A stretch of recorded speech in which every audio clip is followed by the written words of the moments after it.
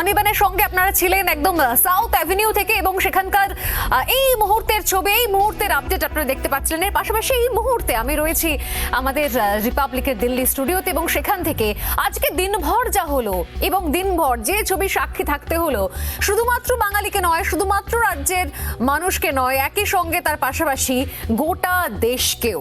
কারণ নজর ছিল মমতা বন্দ্যোপাধ্যায় নরেন্দ্র মোদীর এই সাক্ষাতের দিকে এবং সেই জায়গা থেকে আমি স্বর্ণালী শুরু করছি সোজাসুজি স্বর্ণালী আমাদের দিল্লি স্টুডিও থেকে। আর এই সোজাসুজি স্বর্ণালীর আলোচনাতে শুরুতেই যেদিকে নজর রাখতেই হচ্ছে তা হলো আজকে এই যে দীর্ঘদিনের আলোচনা, অর্থাৎ মোদী মমতার যে সাক্ষাৎ, সেই সাক্ষাৎ থেকে কি নির্যাস উঠে এলো। অর্থাৎ মমতা বন্দ্যোপাধ্যায় তিনি এতদিন বাদে 3 বারের জন্য তার সরকার নির্বাচিত হওয়ার পর তিনি এসে যেখানে পৌঁছলেন 7 LKM অর্থাৎ লোক কল্যাণ মার্গে, 7 নম্বর লোক কল্যাণ মার্গে, সেখানে এসে প্রধানমন্ত্রীর সঙ্গে সাক্ষাৎ করার পর তিনি আবারও সাউথ অ্যাভিনিউ ফিরে গেলেন এবং সেখান থেকে তিনি কি বললেন, কি দাবি দাওয়া নিয়ে তিনি এসেছিলেন।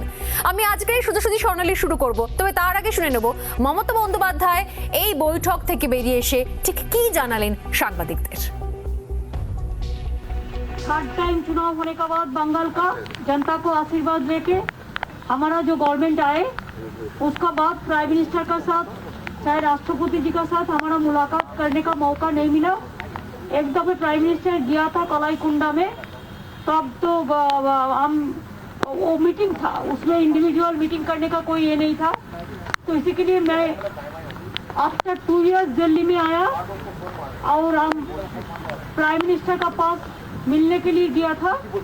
ये विजिट हमारा पूरा काटीसी विजिट है कि चुनाव का बाद एक दफे भेंट करने पड़ता ही है सब। ये हमारा कॉन्स्टिट्यूशन का मुताबिक एक प्रोटोकॉल होता है। এই বক্তব্য যখন রাখছেন মমতা বন্দ্যোপাধ্যায়, নরেন্দ্র মোদীর সঙ্গে সাক্ষাৎ করে বেরিয়ে আসার পর সাংবাদিকদের সামনে, সেই সময় দাঁড়িয়ে কিন্তু এর পাল্টা আরো একটা বক্তব্য উঠে এলো মমতা বন্দ্যোপাধ্যায়ের কথার মধ্যে দিয়ে। অর্থাৎ একটা কোন ইকুয়েশন, কোন সমীকরণের ছবি আমরা দেখতে পেলাম।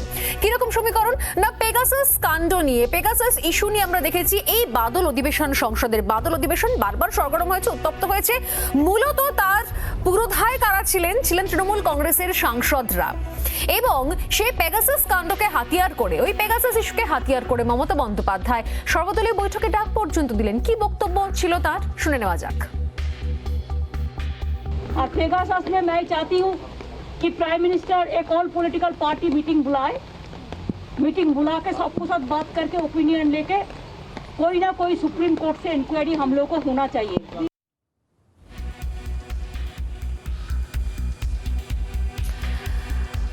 আর এই জায়গা থেকেই প্রশ্ন উঠছে, এই জায়গা থেকেই মাথাচাড়া দিচ্ছে আরো একাধিক প্রশ্ন। তাহলে কি মমতা বন্দ্যোপাধ্যায় দিল্লি সফর ছিল শুধুমাত্র কেন্দ্র বিরোধী, কেন্দ্রের বিজেপি বিরোধী সমস্ত জোটকে একজোট করার, যারা বিরোধী রাজনৈতিক দল রয়েছে প্রত্যেককে একজোট করাই কি তাহলে কি উদ্দেশ্য ছিল মমতা বন্দ্যোপাধ্যায়?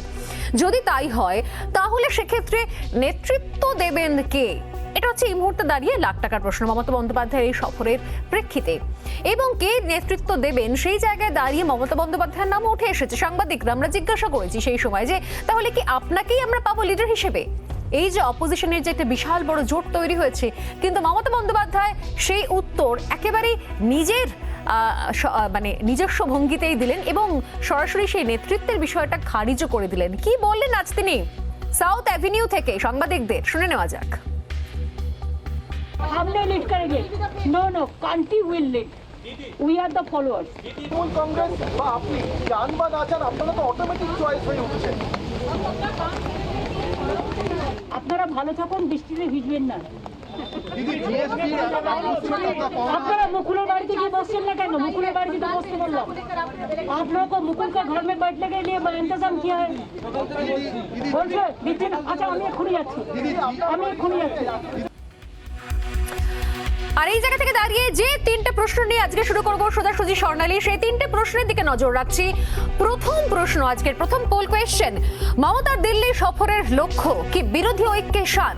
আজকের প্রথম প্রশ্ন থাকছে মমতার দিল্লি সফরের লক্ষ্য কি বিরোধী ঐক্যের শান? দ্বিতীয় পোল কোয়েশ্চেন, যে প্রশ্ন উত্তর আপনারা হ্যাঁ বা না এর মাধ্যমে দিতে পারেন এবং প্রতিদিন আপনাদের যে ধরনের প্রতিক্রিয়া আমরা পাই সেখান থেকে বেছে নিই আমরা এই পোল কোয়েশ্চেনগুলো। দ্বিতীয় প্রশ্ন, মোদী বিরোধী মহাজোটের স্বপ্ন কি পূরণ হবে? তৃতীয় প্রশ্ন আজকের তৃতীয় পোল কোয়েশ্চেন, জাতীয় স্তরে এখন কংগ্রেসের আশ্রয় কি তাহলে তৃণমূল কংগ্রেস? কে কার আশ্রয়, কে কার হাত ধরছে, এটা অবশ্য একটা বড় প্রশ্ন এবং সেই জায়গা থেকে এই প্রশ্ন রাখলাম। এই সমস্ত বিষয় নিয়ে আমরা আলোচনা করব। তবে তার আগে আমাদের সঙ্গে এই মুহূর্তে রয়েছেন বিজেপি নেতা জয়প্রকাশ মজুমদার। আমি সরাসরি চলে যাব জয়প্রকাশ দার কাছে। জয়প্রকাশ দা, আপনার কাছে প্রথম প্রশ্ন এই বিষয় নিয়ে দাঁড়িয়ে, যেখানে মমতা বন্দ্যোপাধ্যায় প্রধানমন্ত্রীর সঙ্গে সাক্ষাৎ, তা নিয়ে ইতিমধ্যেই রাজ্য রাজনীতি শুধু নয়, জাতীয় স্তরেও আমরা দেখলাম যে বেশ তৎপরতা রয়েছে প্রধানমন্ত্রীর সঙ্গে সাক্ষাৎ নরেন্দ্র মোদীর। এবং আমরা দেখেছি যে এই বিধানসভা নির্বাচনে রাজ্যের ক্ষেত্রে আপনাদের অন্যতম মুখ ছিল কোথাও নরেন্দ্র মোদী এবং অমিত শাহ। তারা বারবার এসেছেন এবং সেটাকে কটাক্ষ করেছেন শাসক দল তৃণমূল কংগ্রেস, বলেছেন তারা নাকি ডেলি প্যাসেঞ্জারই করতেন। সেই সময় দাঁড়িয়ে তাদের যে বিরোধিতা আমরা দেখেছিলাম মমতা বন্দ্যোপাধ্যায়কে, সেই জায়গায় দাঁড়িয়ে মনে হচ্ছিল যে সেই বিরোধী মুখ আজকে যাবেন দিল্লিতে, একদম প্রধানমন্ত্রীর সঙ্গে বৈঠক করে রাজ্যের বিভিন্ন ইস্যু নিয়ে গুরুত্বপূর্ণ আলোচনা করবেন। কিন্তু সেই বৈঠক থেকে বেরিয়ে এসে আমরা যখন সাংবাদিকরা শুনলাম যে তিনি একাধিক বিষয় বললেন এবং সেখানে কোথাও একটা বার্তা ছিল, এই বিরোধী জোটের বিষয়ে একটা প্রচ্ছন্ন ইঙ্গিত ছিল। সেখানে তিনি বলছেন অন্যান্য বিভিন্ন ইস্যুতে বিরোধীদের একজোট হওয়ার কথা তিনি বলছেন। আমরা দেখছি সারাদিন ধরে দফায় দফায় কংগ্রেসের একাধিক নেতৃত্বের সঙ্গে তিনি দেখা করছেন।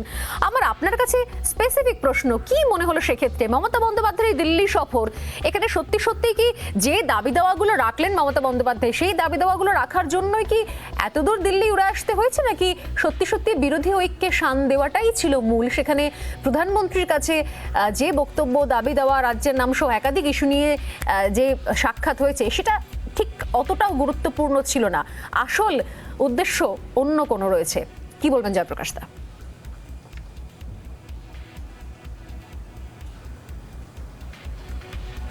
না স্বর্ণালী, তোমার দীর্ঘ প্রশ্ন, তার মাঝখানে বিষয়বস্তু যেটা উঠে আসছে বা তোমার যেটা প্রশ্নের লক্ষ্য, যে আসল উদ্দেশ্যটা কি। প্রধানমন্ত্রীর সঙ্গে কার্সি ভিজিট তিনি নিজেই বলছেন যে মুখ্যমন্ত্রী হিসেবে শপথ গ্রহণের পরে দেশের প্রধানমন্ত্রীর সঙ্গে দেখা করতে গেছেন। সেটার মধ্যে এমন কিছু বড় ব্যাপার নয়। আমাদের যত রাজ্য আছে তাদের মুখ্যমন্ত্রীরা একবার না একবার প্রধানমন্ত্রীর কাছে যান, বসে এক কাপ চা খান। এই আজকেও যেরকম হয়েছে 20-25 মিনিটের কথাবার্তা হয়, ভালো ভালো কথাবার্তা বা সুবিধে অসুবিধের কথাবার্তা হয়, ঠিক আছে। এবং উনিও যেটা বেরিয়ে বলেছেন, প্রধানমন্ত্রী শুনে বলেছেন যে মায় দেখুঙ্গা, দেখবো আমি আপনার কথাগুলো। এবং কি বলেছেন সেটা বলেছেন যে আমার করোনার জন্য আবার বেশি টিকা চাই, এটাই প্রধান কথা। একটাই বলেছেন যে আমি আরও টিকা চাইছি, জনসংখ্যার নিরিখে আরও টিকা চাইছি, এইটুকুনি। এছাড়া বাদবাকি কথাবার্তাগুলো কিন্তু পরবর্তী ক্ষেত্রে যেগুলো বলেছেন সেগুলো ম্যায় চাহাতি হুঁ, যে ওই যে অল পার্টি মিটিং পেগাসাসের ওপর এটা বলেছেন, এটা বলেননি তিনি, বলেছেন ম্যায় চাহাতি হুঁ, কিংবা সুপ্রিম কোর্টের একটা হওয়া উচিত, সেটাও বলছেন ম্যায় চাহাতি হুঁ। সেটা ওনার স্টেটমেন্ট, সেটা কলকাতা বসেও করতে পারতেন, ওখানে বসে করেছেন। আর একটা জিনিস যেটা বললেন, সেটা যদি আমরা সরিয়ে রাখি প্রধানমন্ত্রীর সঙ্গে দেখা করাটা, তাছাড়া তিনি গিয়ে অনেক অন্য নেতাদের সঙ্গে, পুরনো নেত্রী অনেক নেতার সঙ্গেই দেখা করতে পারেন। আজকে কংগ্রেসের মনে করুন আজকে কমলনাথ, আনন্দ শর্মা, আর ওদিকে কালকে আবার সোনিয়া গান্ধীর সঙ্গে দেখা করবেন। সুতরাং এগুলো একই দলের অনেকগুলো নেতা, সেটা সময়ের কালক্ষেপ বা পুরনো দিনকার। ওনারাও বলেছেন বহু পুরনো কথা হচ্ছিল, সামনের দিনের কথা কেউ বলেনি। কমলনাথ বলেছিলেন পুরনো দিনের আলোচনা হচ্ছিল, আনন্দ শর্মা বলছেন পুরনো দিনের আলোচনা হচ্ছিল, মানে পুরনো দিন এসছে, সামনের দিন আসেনি। এই প্রসঙ্গে শুধু একটা কথা আপনাকে মনে করিয়ে দিই, যে কিছুদিন আগে তিনি অগ্রদূত পাঠিয়েছিলেন, অ্যাডভান্স মেসেঞ্জার পাঠিয়েছিলেন আমাদের প্রশান্ত কিশোরকে। ওখানে শরদ পাওয়ারের বাড়িতে একটা রাষ্ট্রীয় মঞ্চ বলে অনেক জগা খিচুড়ি, কিছু বিরোধী নেতা এসছিলেন, কিছু সুশীল সমাজের লোক, তারা এসছিলেন। ওই আমাদের 2-3 জন বম্বের যারা নাট্যকার, চিত্রনাট্যকার, তারা। ঘটনাটা হচ্ছে সেখানে পরবর্তী ক্ষেত্রে শারদ পাওয়ার নিজেই বললেন এ মিটিং আমার ডাকা নয়, আমার বাড়িটা আমি আমার ড্রয়িং রুমটা আমি ভাড়া দেওয়ার মতন করে আমি সাহায্য করেছিলাম। কেউ কেউ বলেছিল আমরা বসতে চাই, তো আমার ড্রয়িং রুমে বসছিল, এখানে আমার কিছু নেই। মানে পরিষ্কার হয়ে গেছে কোথাও কি মনে হচ্ছে না জয়প্রকাশ দা, কোথাও কি মনে হচ্ছে না যে গতবারের যে মহাজোট আমরা দেখেছিলাম, বিজেপি বিরোধী যে মহাজোট গতবার দেখেছিলাম, সেই মহাজোটের ক্ষেত্রে কংগ্রেসের অনুপস্থিতি কোথাও মমতা বন্দ্যোপাধ্যায়কে ভাবিয়েছে। এবার কংগ্রেস এবং মমতা বন্দ্যোপাধ্যায় তারা কাছাকাছি আসছেন শুধুমাত্র বিজেপি বিরোধিতায়।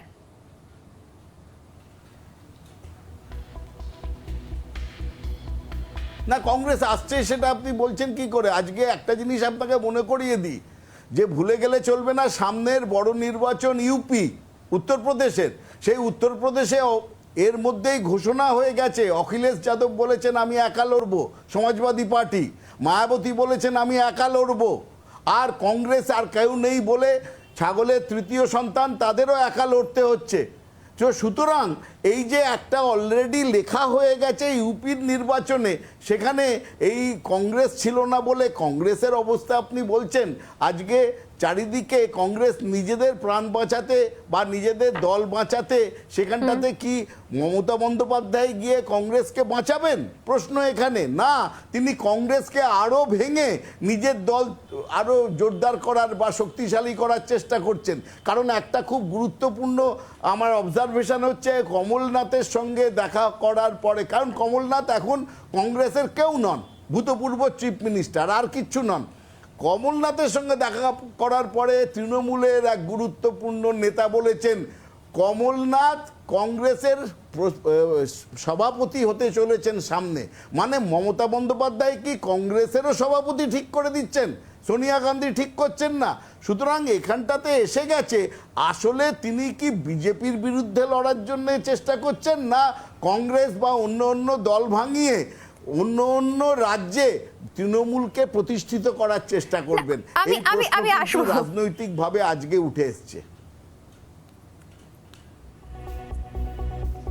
আমি আসবো, আমাদের সঙ্গে থাকুন জয়প্রকাশ দা, ব্যাপার আছে আসছি। তার পাশাপাশি আমাদের সঙ্গে রয়েছেন বিজেপি মুখপাত্র শতরূপ, আমাদের সঙ্গে রয়েছেন তৃণমূল কংগ্রেস নেতা বৈষ্ণব চট্টোপাধ্যায় এবং রয়েছেন অরূপ চক্রবর্তী, তৃণমূল কংগ্রেস বিধায়ক। প্রত্যেকেই স্বাগত রিপাবলিক বাংলায়। আমার একদম স্পেসিফিক প্রশ্ন আজকে বৈষ্ণবদের কাছে চলে যাই। আমাদের সঙ্গে রয়েছেন অশোক ভট্টাচার্য, রয়েছেন কংগ্রেস নেতা। আমি বৈষ্ণববাবুর কাছে আসবো, তবে তার আগে আমি অশোকবাবুর কাছে যাই আগে।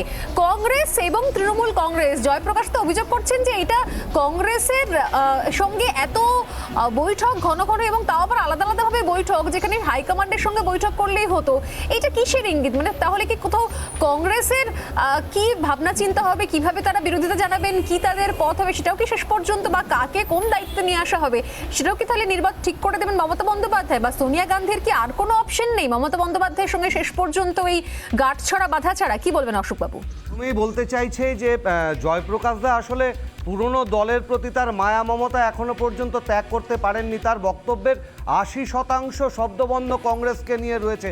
এটা বুঝি, কংগ্রেসকে ছাগলের 3 নম্বর সন্তান বলতে চাইছেন তো জয়প্রকাশ দা। আমি বলতে চাই না কে 3 নম্বর সন্তান হয়ে কোন কচুবনে গড়িয়ে পড়েছেন, সেসব প্রসঙ্গ আমি এখানে আনতে চাইছি না। আমি যেটা বলতে চাইছি সেটা হচ্ছে কমলনাথ ভারতবর্ষের জাতীয় কংগ্রেসের একজন বরিষ্ঠ নেতা। জয়প্রকাশ দা কোথা থেকে জেনে গেলেন কমলনাথ দলের কেউ নন? জয়প্রকাশ দা কি কংগ্রেসের ঠিকা নিয়ে বসে আছেন? জয়প্রকাশ দা কি কংগ্রেসের ঠিকা নিয়ে বসে আছেন? আপনি কি করে বললেন কমলনাথ সম্পর্কে এই কথা? নিজের দল নিয়ে বলুন, নিজের দল নিয়ে মনোনিবেশ করুন।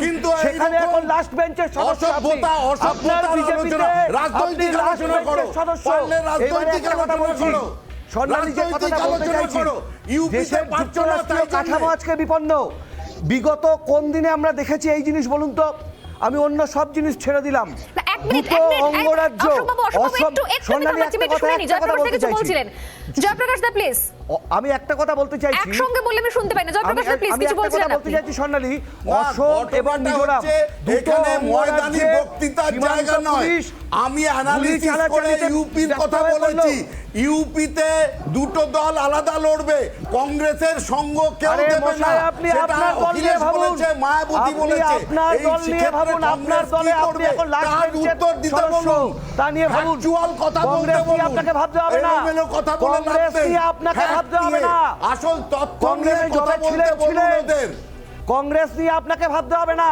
যেটা বলতে আর চাইছিলাম, পশ্চিমবঙ্গের দেশের কংগ্রেসটা কাঠামো কেন পৌঁছে গেল? দল নিয়ে বিষয়টা একটু সেনসিটিভ হয়ে যাচ্ছে।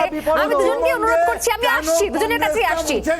জয়প্রকাশ দা, অশোক দা, প্লিজ একটু থাকুন, আমি দুজনের কাছেই আসছি। একটা ছোট্ট বিরতির পর বাকি অতিথিরাও রয়েছেন, তাদের সঙ্গেও কথা বলবো। একটা ছোট্ট বিরতি নিয়ে ফিরে আসছি, সঙ্গে থাকুন।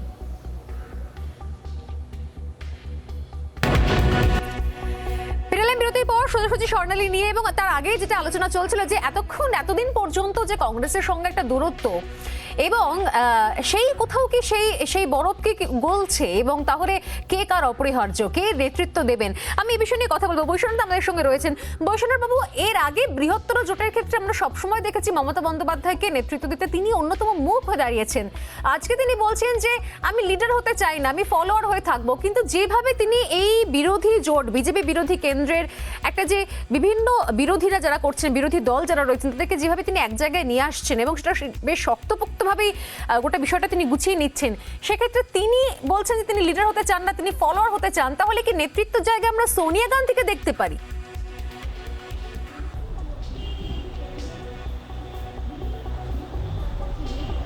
আসলে আধ ঘন্টা ধরে আপনাদের কথাবার্তা শুনছিলাম, 7টা থেকে সময় ছিল তো মোটামুটি আমরা যেটা বুঝলাম আলোচনায়, যে মমতা বন্দ্যোপাধ্যায় এই মুহূর্তে বিজেপি বিরোধী রাজনীতির মধ্যমণি, তাকে ঘিরেই বিরোধীরা সবাই এক জায়গায় এসছে। বিজেপি যারা বিরুদ্ধে যারা আছেন তারা রয়েছেন, সোনিয়াজি আছেন, সোনিয়াজি সাথে কালকে মমতা ব্যানার্জির মিটিং আছেন, মমতাদি সোনিয়াদির সঙ্গে দেখা করবেন। আজকে আনন্দ শর্মা থেকে শুরু করে কমলনাথ, যারা কংগ্রেসের অনেক দিনের নেতা, তারা পর্যন্ত অ্যাপ্রিসিয়েশন দিয়েছেন যে মমতা বন্দ্যোপাধ্যায় গুরুত্বপূর্ণ নেতা, মহত্বপূর্ণ নেতা, এবং মমতা বন্দ্যোপাধ্যায়ের নেতৃত্বে একটা লড়াই হতে পারে।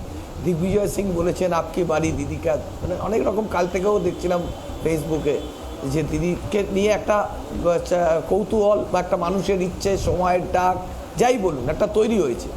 তো এই মুহূর্তে বিজেপির মমতা বন্দ্যোপাধ্যায়ের বিরুদ্ধে নানান ধরনের কথা বলেছে, কিন্তু মমতা বন্দ্যোপাধ্যায় চেষ্টা করছেন যে বিজেপির যে সমস্ত জনস্বার্থ বিরোধী নীতি আছে, বা যেভাবে দেশের সম্পদকে বিলগ্নীকরণ, বেসরকারীকরণ করেছেন, যেভাবে আড়িপাতা কাণ্ড ঘটেছে সংসদের ভেতরে এবং সংসদের বাইরের লোকে উত্তাল হয়েছে, আজকে বিজেপিকে সবাই নিন্দা করছে। কোভিড নিয়ে বিজেপি যা করেছে, ভ্যাকসিন দিতে পারিনি, গণচিতা জ্বলেছে, গণসমাধি হয়েছে, নানান ধরনের ব্যর্থতা আছে, পেট্রোল ডিজেলের দাম বেড়েছে, বেকার যুবকের চাকরি হয়নি, সব মিলিয়ে বিজেপির এই ব্যর্থতা, কেন্দ্রীয় সরকারের এই ব্যর্থতার বিরুদ্ধে সবচেয়ে সোচ্চার কণ্ঠের নাম মমতা বন্দ্যোপাধ্যায়।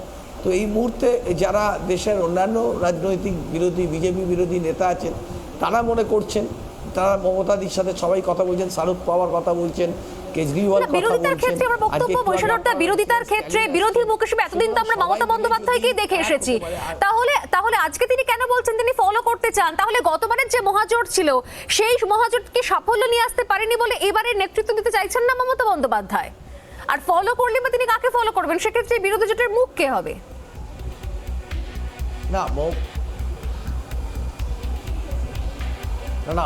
ফলো মানে কি, একটা বিরোধী জোট হলে তার জন্য কাউকে তার জন্য আমরা একসঙ্গে করতে হয়। আপনারা জানেন যে যখন ইন্দিরা গান্ধীর বিরুদ্ধে জয়প্রকাশ নারায়ণ নেতৃত্ব দিয়েছিলেন, তখন জয়প্রকাশ নারায়ণ সবাইকে এক জায়গায় এক প্ল্যাটফর্মে নিয়ে এসেছিলেন। স্বাধীনতার আগেও এরকম অনেক বিশিষ্ট নেতা আছে যারা বড় সবাইকে এক মঞ্চে নিয়ে এসেছিলেন। তো সেখানে দাঁড়িয়ে আজকে যদি এই মুহূর্তে মমতা বন্দ্যোপাধ্যায়কে মানুষ বিকল্প রাজনৈতিক নেত্রী হিসাবে বেছে নেন এবং তাকেই দায়িত্ব নেন সবাইকে এক করবার জন্য, তিনি যদি সেটা করেন তাতে তো দেশেরই মঙ্গল হবে বা বিরোধী জোটেরই মঙ্গল হবে। এবং আমরা মনে করি যে বিজেপিকে হটাতে গেলে মমতা বন্দ্যোপাধ্যায়কে লাগবে। আমরা বাংলার মেয়েকে বাংলায় তৃতীয়বারের মুখ্যমন্ত্রী পেয়েছি, আমরা চাই। শতরূপা কি বলবেন? বিজেপিকে হটাতে গেলে মমতা বন্দ্যোপাধ্যায়কে লাগবে এবং বিরোধী জোট সেক্ষেত্রে এক জায়গায় নিয়ে আসবেন, কিন্তু মমতা বন্দ্যোপাধ্যায় নিজে বলছেন যে তিনি লিডার হিসেবে থাকতে চান না, তিনি থাকতে চান পেছনের সারিতে। তিনি কখনো বলছেন কাঠবিড়ালির মতো আমি যোগসূত্র সেতু গড়তে চাই, কখনো তিনি বলছেন যে আমি ফলোয়ার হিসেবে থাকতে চাই। কি বলবেন শতরূপা? স্বর্ণালী, তোমার তো অনেকদিন ধরে তুমি সাংবাদিকতা করছো, তোমার আগের বারের জোটের কি হয়েছিল তোমার মনে আছে? আগের বারের জোট কিন্তু ঠিক এই কারণে একদম সে হাওয়ায় রকেটের মতন উবে গেছিল, বারুদের মতন উবে গেছিল। ওরা ঠিক করতে পারছিলেন যে কে কত মাস প্রধানমন্ত্রী থাকবে। তো এখানেও বোধহয় আবার সেই ঘটনায় ঘটতে চলেছে, এবং সেটা মাননীয় ভালো মতনই জানেন, ভালো মতনই বুঝেছেন যে একটা জোট তৈরি করতে গেলে এই মুহূর্তে আমি প্রধানমন্ত্রী হব এই ন্যাকাকান্না কেঁদে লাভ নেই।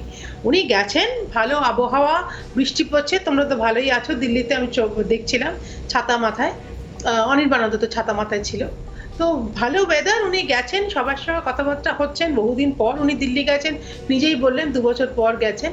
এবং তুমি যে বারবার তোমার শোতে, অনির্বাণের শোতে যে প্রতিবেদনটা দেখাচ্ছ, উনি কিন্তু কোথাও বলেননি যে আমি হচ্ছি না, উনি বলেছেন যে the nation will lead, we will follow, 1 নম্বর।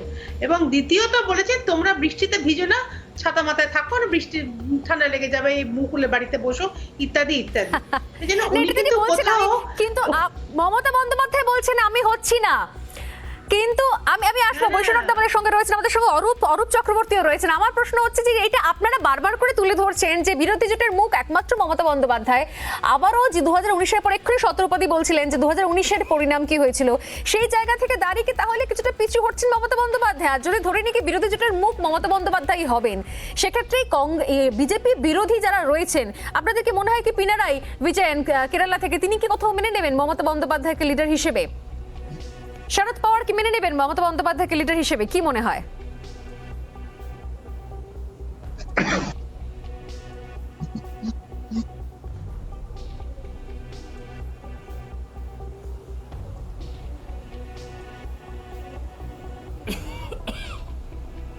অরূপ বাবু বলেন। আমার মনে হয় যোগাযোগ নমস্কার। বিচ্ছিন্ন হয়ে গেছে। আমি এই বিষয় নিয়ে আসবো। জয়প্রকাশ দা আমাদের সঙ্গে রয়েছেন। জয়প্রকাশ দা, মমতা বন্দ্যোপাধ্যায় কি বুঝতে পারছেন যে করে তিনি বলছেন যে আমি লিডারশিপে থাকতে চাই না, আমি পেছন থেকে রয়েছি? এর আগেও একাধিকবার বলেছেন এবং এবারও তিনি বললেন যে উনি ফলোয়ার। এবং এই প্রশ্নটা আমি কিছুক্ষণ আগে রাখলাম যে তৃণমূল কংগ্রেসের তরফ থেকে বলা হচ্ছে, বিভিন্ন রাজনৈতিক নেতারা তারা বলছেন যে মমতা বন্দ্যোপাধ্যায় একমাত্র বিরোধিতার মুখ, কিন্তু বিজেপি বিরোধিতার মুখ হিসেবে সেক্ষেত্রে বাকি তো আরো রাজনৈতিক দল আছে, তাদের তরফ থেকে কি সেরকম ভাবে মমতা বন্দ্যোপাধ্যায়কে মেনে নেওয়া হবে এবং মুখ হিসেবে তাদের সেই গ্রহণযোগ্যতা, সেই মান্যতা কি দেওয়া হবে? জয়প্রকাশ দা।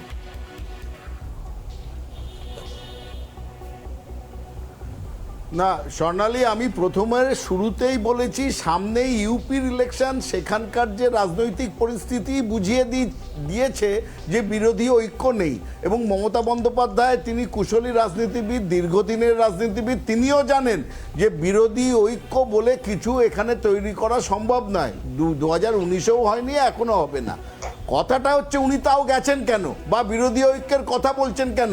আসলে এখন তিনি পশ্চিমবঙ্গে যে এনএইচআরসির সাংঘাতিক রিপোর্ট যে এই রাজ্যে কোনো আইনের শাসন নেই, এই রাজ্যের পরিস্থিতি রাষ্ট্রপতি শাসনের মতন, সেখানে তিনি কিছু মতামত তৈরি করতে গেছেন যাতে মানে যে পাপ করেছেন, যেভাবে মানুষের অধিকার হরণ করেছেন, এই রাজ্যের মানুষের আইন শৃঙ্খলার অধিকার নেই, সেই জায়গা থেকে বাঁচার জন্য দিল্লিতে কিছু লোকের সঙ্গে কথা বলছেন। ওই বিরোধী ঐক্য তিনিও জানেন 2024 অনেক দেরি, সেখানে মানুষ স্থায়ী সরকারের জন্য ভোট দেবে, জগা খিচুড়ি সরকারে ভোট হবে না এবং সেখানে বিরোধী ঐক্য হবে না। তাও এখন থেকে তিনি যে গান গেয়ে রাখছেন সেটা হচ্ছে এই এনএইচআরসির রিপোর্ট থেকে মানুষের দৃষ্টি ঘোরানোর জন্যে।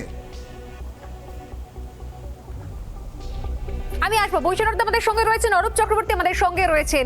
এই জগা খিচুড়ি একদম যদি গোল গোল বলা হয়, জগা খিচুড়ি সরকার মানুষ কোনোভাবেই মেনে নেবে না। জগা খিচুড়ি জোট এর আগেও একদম পাশ করেনি, মুখ থুবড়ে পড়েছে, ফেল করেছে, আবারও সেই জগা খিচুড়ি জোটের দিকে এগোচ্ছেন মমতা বন্দ্যোপাধ্যায়। যদিও তিনি এবারে সেক্ষেত্রে রিস্ক নিচ্ছেন না, তিনি দায় নিচ্ছেন, তিনি বলছেন যে আমি লিডারশিপে নেই, আমি পেছন থেকে নেপথ্যে রয়েছি, আমি ফলোয়ার হিসেবে থাকবো। আদৌ কি জগা খিচুড়ি জোট এর আগে যেভাবে মানুষ প্রত্যাখ্যান করেছে, এবারও কি সেভাবে আদৌ কি সেই ছাপ ফেলতে পারবেন, নাকি শুধু এমনি জাস্ট যেটা বলছিলেন কিছুক্ষণ আগে জয়প্রকাশ দা, যে শুধুমাত্র দেখা সাক্ষাৎ সৌজন্য, সবটাই কি সৌজন্য সাক্ষাৎ? কি বলবেন? বৈষ্ণব দা, অরূপ চক্রবর্তী আমাদের সঙ্গে রয়েছেন। অশোক দা হাত তুলেছেন, আমি আসবো অশোক দা, আপনার কাছে আসছি। আসলে জয়প্রকাশ দা হাত পা ছুড়ি অনেকক্ষণ ধরে চিৎকার করেছেন, অনেক রকম চেষ্টা করছেন উনি বলবার, কিন্তু এটা ওনাকে বুঝতে হবে মোদিজি বাংলার নির্বাচনে বারবার আসার পরও, মোদি অমিত শাহ সহ 1000 বিজেপি নেতা আসার পরও মমতা ব্যানার্জির কাছে ওরা পরাজিত হয়েছে। আজকে যদি জাতীয় স্তরে মমতা বন্দ্যোপাধ্যায় 1:1 লড়াই করাতে পারে, সারা দেশে বিজেপির বিরুদ্ধে যদি 1:1 লড়াই হয়, ঠিক তাহলে পরাজিত হয়েছে, কিন্তু 1:1 লড়াই কি হবে? রাজ্যেও তো একই ইস্যু ছিল। বৈষ্ণব দা রাজ্যে তো মমতা বন্দ্যোপাধ্যায়, তার দল, তার সরকার, তার দল ছিল তৃণমূল কংগ্রেস। 1:1 লড়াই মেনে নিলাম, কিন্তু দিল্লিতে তো 1:1 হবে না। যেটা বলছে জগা খিচুড়ি জোট, এটার ভবিষ্যৎ কি? এটা তো উনি এটা বলে স্যাটিসফাইড হচ্ছেন, যাতে জোট না হয় তাহলে উনি উল্লাসিত হচ্ছেন। কিন্তু উনি জেনে রাখুন, মমতা বন্দ্যোপাধ্যায় যখন গেছেন তখন সারা বিরোধীদেরকে উনি এক ছাতার তলায় নিয়ে আসবেন। মমতা ব্যানার্জি যেরকম এই রাজ্যে সিপিএমকে পরাজিত করার সময় সবাইকে এক জায়গায় নিয়ে এসেছিলেন, ঠিক একইভাবে বিজেপি বিরোধী শক্তি আছে, তাকে সবাইকে মমতা বন্দ্যোপাধ্যায় সেই সাংগঠনিক এবং সেই জনপ্রিয়তা আছে, যেটা মমতা বন্দ্যোপাধ্যায় কাল সরিয়াজির সাথে মিটিং করে এটা হবে, সারা সমস্ত বিরোধী শক্তি এক জায়গায় আসবে, এটা আমার বিশ্বাস। এবং বাংলার মানুষ হিসাবে চাইবো। আমি এই বিষয় নিয়ে আসবো। অশোক দা হাত তুলেছেন। সোনিয়া গান্ধীর সঙ্গে মিটিং করে বিজেপি বিরোধী প্রত্যেককে এক জায়গায় নিয়ে আসবেন। আমার প্রশ্ন, অশোক বাবু, তাহলে 2019-20 সালে যখন সিএ এনআরসি নিয়ে যখন সোনিয়া গান্ধী দফায় দফায় বৈঠক ডাকছিলেন, সেই সময় তো মমতা বন্দ্যোপাধ্যায় যাননি, তখন তাহলে কি হয়েছিল? দেখুন, জয়প্রকাশ দা হাত তুলেছেন, আমি আসছি জয়প্রকাশ দা। অশোক দা, আমাকে একটু বলতে দিতে হবে, 2019-এ হয়নি বলে 2024 হবে না, এ অত্যন্ত বাতুলতার কথাবার্তা। আমি শুধু একটা কথা বলতে চাইছি স্বর্ণালী, আমি যে কথাটা তখন বলতে চাইছিলাম, বাংলায় আইন কানুন নেই, অমুক জায়গায় অমুক হচ্ছে, অমুক জায়গায় রাজনৈতিক সন্ত্রাস হচ্ছে, কিন্তু বিগত দশকের দৃষ্টান্ত দেখলেও এই জিনিস দেখতে পাবো, দুটো অঙ্গরাজ্যের পুলিশ সীমান্ত সংঘর্ষে লিপ্ত হয়ে গেছে, অসম এবং মিজোরাম। যুক্তরাষ্ট্রীয় কাঠামো কতটা ভয়ঙ্কর জায়গায় পৌঁছলে কতটা বিপদ সংকেতে, যখন এই জায়গায় বিপদ সংকেত চলে গেছে, তখন সব কিছু বাদ দিয়ে একটা কথা বলছি, 300-র বেশি আসনে বিজেপির বিরুদ্ধে সরাসরি লড়াই করতে হবে কংগ্রেসকে। এর দায়বদ্ধতা কংগ্রেস এগিয়েছে সমস্ত সবাইকে এক করতে। এ প্রক্রিয়া আমাদের চলবে, এর নিরন্তর প্রক্রিয়া। দেখা যাবে ইউপির নির্বাচনে কি হচ্ছে না হচ্ছে, তার জন্য 2024-এর নির্বাচনে তার প্রভাব পড়বে। আবার বলছে জয়প্রকাশ দা একেবারে তালজ্ঞান হারিয়ে ফেলেছেন এবং বিজেপির লাস্ট বেঞ্চের সদস্য হয়ে গেছেন, তাই ওনাকে এইসব কথা বলতেই হবে, নিজের ক্রেডিবিলিটি। আমি এই উত্তর জয়প্রকাশ দার কাছ থেকে নেব। জয়প্রকাশ দা প্লিজ। জয়প্রকাশ দা অনেকক্ষণ হাত তুলে রেখেছেন। জয়প্রকাশ দা,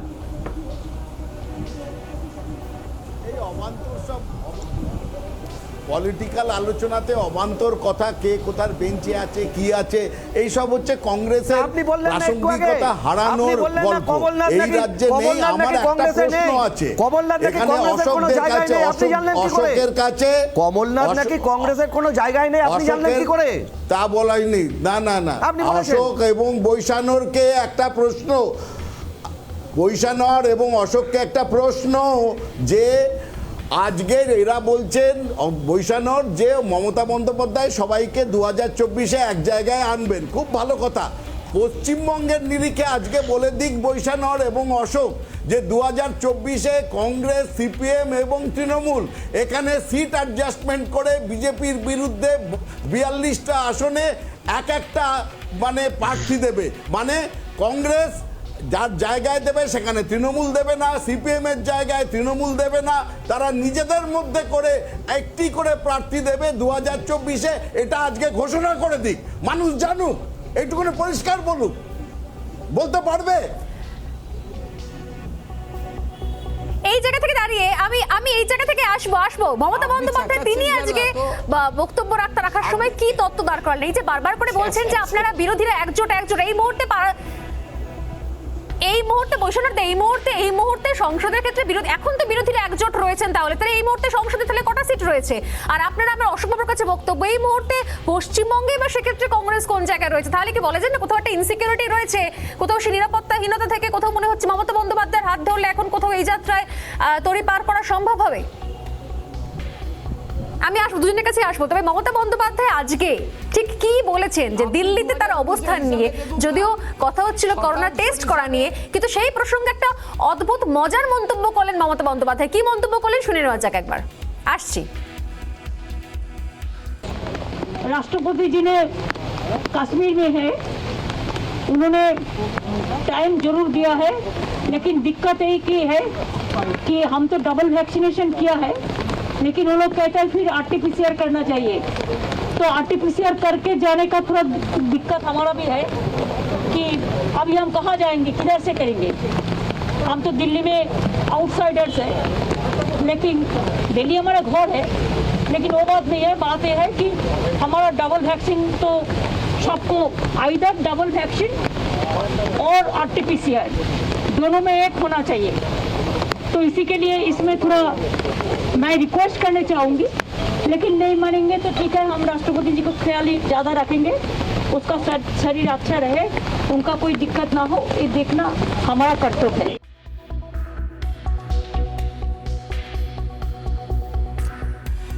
করোনা টেস্ট নিয়ে কথা বলতে গিয়ে মমতা বন্দ্যোপাধ্যায় বললেন যে তিনি তো বহিরাগত দিল্লিতে, সেক্ষেত্রে বেশ কিছু জায়গাতে তিনিও নিরুপায়। কিন্তু আমার প্রশ্ন এই জায়গায় দাঁড়িয়ে, বিজেপি রয়েছেন, তৃণমূল কংগ্রেস রয়েছেন, এমনকি কংগ্রেস রয়েছেন, যে বহিরাগত তকমা, বহিরাগত তত্ত্ব মমতা বন্দ্যোপাধ্যায় দাঁড় করেছিলেন বিজেপির বিরুদ্ধে পশ্চিমবঙ্গের ক্ষেত্রে, কোথাও তাহলে বিরোধীদের এই একজোট করার ক্ষেত্রে বা নেতৃত্ব দেওয়ার ক্ষেত্রে, বা নেতৃত্ব ধরে নিলাম মমতা বন্দ্যোপাধ্যায় যেহেতু বলেনি সেটাকে পাশেই রাখলাম, কিন্তু এই একজোট করার ক্ষেত্রে কোথাও অন্যান্য রাজ্যে, দেশের অন্যান্য রাজ্যে কি এই বহিরাগত তত্ত্ব সামনে আসবে না? কোথাও সেক্ষেত্রে বুমেরাং হয়ে যাবে না? তো এই প্রশ্ন আপনাদের জন্য রাখলাম, ফিরে আসবে উত্তরটা নিয়ে বিরতির পর, সঙ্গে থাকুন।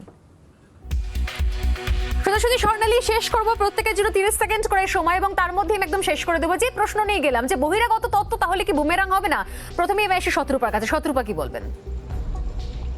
এতদিন ধরে যে দিল্লির লোকেদের বা যারা অন্যান্য রাজ্য থেকে এখানে এসছে তাদের কথায় কথায় বহিরাগত বহিরাগত বলেই যাচ্ছে, এখন তার মনের মধ্যে হয়তো ভয় ঢুকেছে। সত্যি এখন দিল্লির লোকজন যদি ওনাকে বলে হায় হায় তুমি বহিরাগত, না আমার না আজকের এই পুরো দিনের প্রতিবেদন, গতকাল থেকে উনি পৌঁছেছেন, আজকে যা সারাদিন ধরে দেখলাম, আমার একটাই কথা মনে পড়ে যাচ্ছে, ওই যে রবীন্দ্রনাথের গান আছে পুরানো সেই দিনের কথা।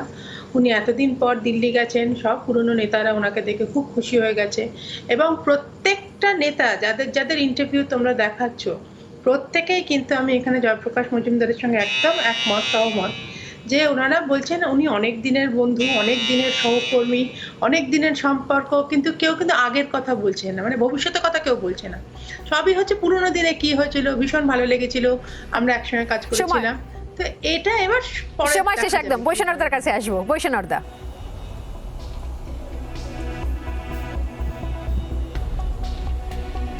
আসলে জানেন তো, হিংসে রোগের কোনো ওষুধ হয় না। মমতা বন্দ্যোপাধ্যায় ভারতবর্ষের রাজনীতিতে মধ্যমণি হোক, এটা বিজেপি চাইবে না।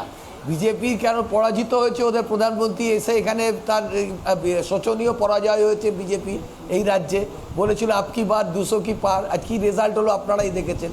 আর আপনাদের আমরা বলছি 2019-এ পার্সেন্টেজের হিসাবে যদি দেখেন না, তাহলে পার্সেন্টেজের হিসাবে বিজেপি থেকে বিজেপি বিরোধী শক্তি বেশি ভোট পেয়েছিল।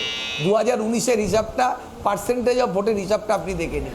আপনারা বলছেন তো, আপনারা বলছেন সোশ্যাল মিডিয়া ট্রেন্ডিং হ্যাশট্যাগ আপকি বার দিদি সরকার, কিন্তু দিদি বলছেন তিনি নেতৃত্ব দেবেন না, তিনি শুধু ফলোয়ার হয়ে থাকবেন। অরূপ বাবু, খুব সংক্ষেপে। আরে দিগ্বিজয় সিং বলছে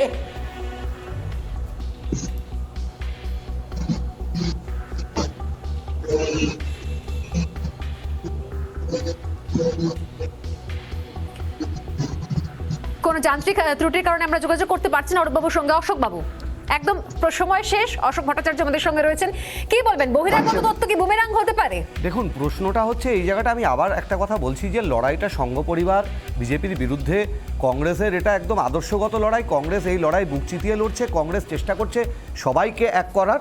আর একটা কথা বলছি, কে নেতৃত্ব দেবে, কি হবে, যে আম এখনো পাকায়নি তার আমসত্ব নিয়ে আলোচনা এইসব রাজনীতিতে হতে পারে, আপনারা করতে পারেন, কিন্তু আমাদের মূল লক্ষ্য বিজেপি বিরোধী লড়াইটাকে সুসংগঠিত করার।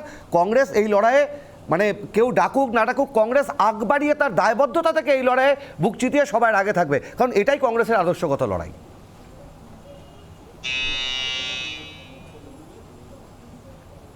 অনেক ধন্যবাদ অশোক দা, একদম সময় শেষ। এই জায়গা থেকে সোজাসুজি স্বর্ণালী শেষ করবো। তবে এটাও ঠিক, এই 5 দিনের সফরে মমতা বন্দ্যোপাধ্যায় প্রত্যেক দিনের খুঁটিনাটি আপডেট আমি স্বর্ণালী একদম দিল্লি থেকে প্রতি মুহূর্তের আপডেট সোজাসুজি তুলে ধরবো আপনাদের কাছে। আবারও দেখাবে আগামীকাল। আপাতত এই পর্যন্তই, নমস্কার।